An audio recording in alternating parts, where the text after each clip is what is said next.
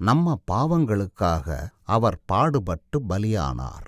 சர்வலோகத்தின் பாவங்களையும் நிவர்த்தி செய்கிற பலியாயிருக்கிறார்னு 1 யோவான் 2:2 சொல்லியிருக்கு. பாவம் செய்யாம இருக்க மனசாட்சி போதாதான்னு யோசிக்க தோணும். பாவம் செஞ்சா மனசாட்சி உறுத்தும், உணர்த்தாது. செஞ்ச பாவத்தை உறுத்தணும்னா மனசாட்சி போதும். செய்யப்போற பாவத்தை உணர்த்தணும்னா பரிசுத்த ஆவி தேவை. பாவ மன்னிப்புங்கிறது செய்ய போற பாவத்துக்காக இல்லை, செஞ்ச பாவத்தை திரும்ப செய்யாம இருக்கிறதுக்காகத்தான்.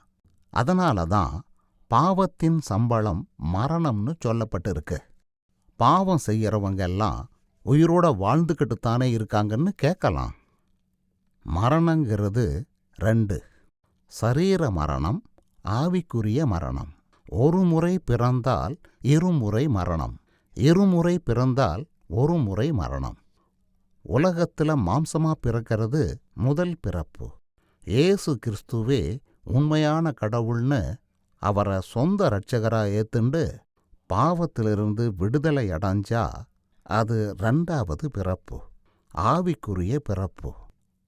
அப்போ நமக்கு ஒரு மரணம்தான். அது உலகத்தில் கிடைக்கிற சரீர மரணம்.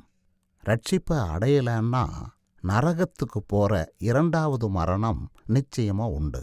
அவர் உயிர் தெழுந்ததும் நமக்காக ஒரு இடத்தை ஆயத்தப்படுத்ததான். அதான் பரலோகம், மோட்சம் அல்லது முக்தின்னு சொல்றா.